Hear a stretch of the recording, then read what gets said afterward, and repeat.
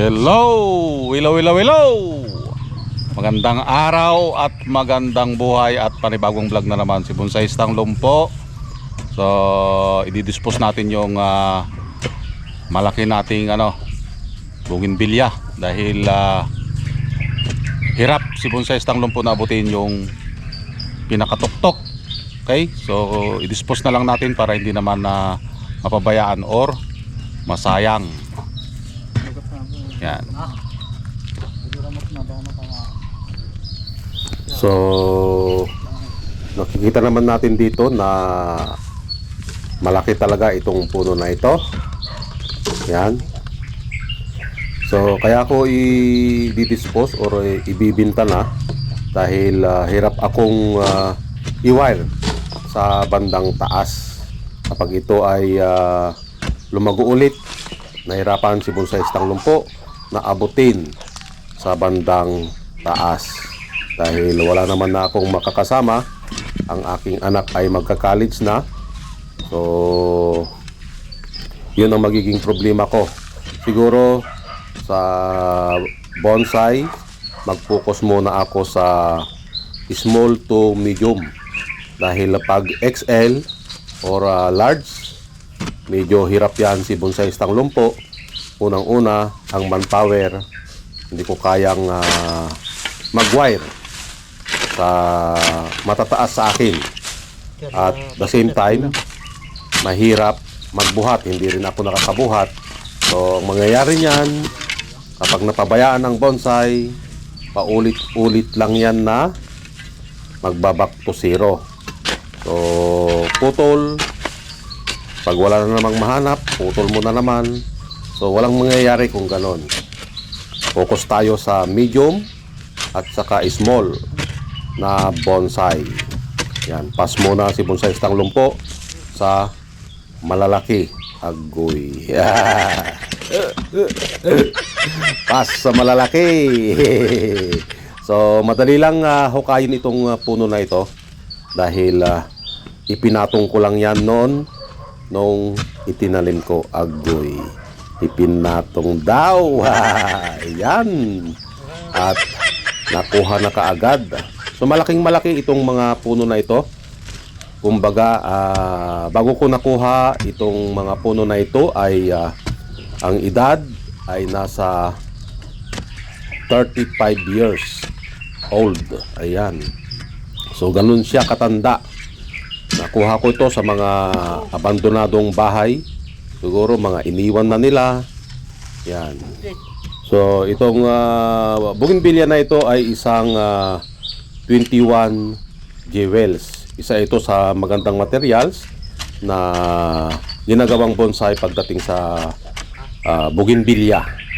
Ang bougainvillea, napakaganda ito kapag hitik sa bulaklak at naging formang bonsai.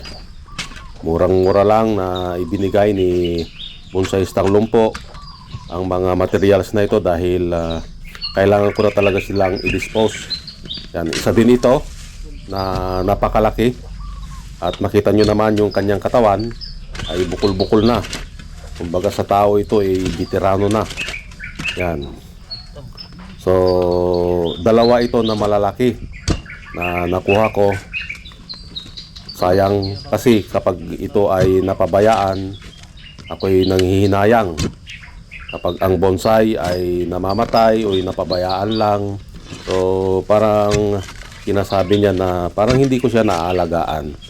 So ganon, dapat may connection tayo sa bawat halaman. Na kapag ikaw ay naghalaman, dapat mo siyang alagaan. At tulad ng pag-ibig mo lang. Agoy. Yeah. So kailangan mo siyang alagaan. Yan, diligan. Agoy. Yeah. Shout out sa mga nadidiligan dyan.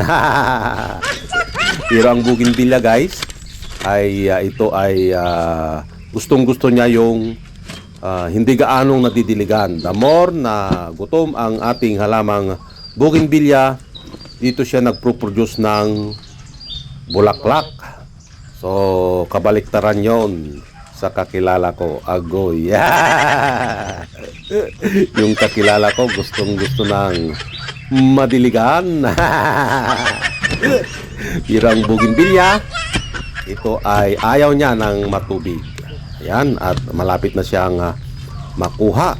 Ayun, nakuha na nga. So, hirap na hirap pa nga dito yung isang tao na magbuhat dahil napakalaki talaga ito. Massive ang katawan. Yan. So, kailangan niya ng dalawa. Kailangan ng manpower. So, kung ako lang yung mag-isa dyan na gagawa niyan, hindi ko yan magagawa. So, mas mainam o mas mabuti na ibigay na lang sa mga gustong mag-alaga. Good luck sa bagong nagmamay-ari ng materials na yan, bougainvillea. At makikita ko rin siguro ito pagdating ng araw kapag ito ay nabuo na. Ang community naman ng nagbobonsai ay maliit lang. So pag may mga show, lalabas yung mga puno. So matatandaan ni Bonsaistang Lumpo yan kung ano yung forma. Kahit ibahin nila yung forma, matatandaan yan ni Bonsaistang Lumpo. So yan. At naipasok na nga sa tricycle. Isa din ito, tignan nyo, 3 katao yung nagbubuhat. So napakalaki ang mga materials na ito bago ko ito nakuha. So matandang-matanda na talaga. Yan. So mas mainam na i-dispose na lang natin para maalagaan sila. Shout out sa bagong nagmamay-ari itong puno na ito. Hope sir na makita ko rin ito pagdating ng araw. At ayan, naikarga na lahat. And good luck sa bagong nagmamay-ari. So yan guys, nakuha na nila yung dinispose nating dalawang malalaki na bougainvillea. 2 huge bougainvillea. Agoy. Okay. So maraming salamat at nasamahan nyo na naman si Bonsaistang Lumpo. Hanggang sa muli. Bye-bye.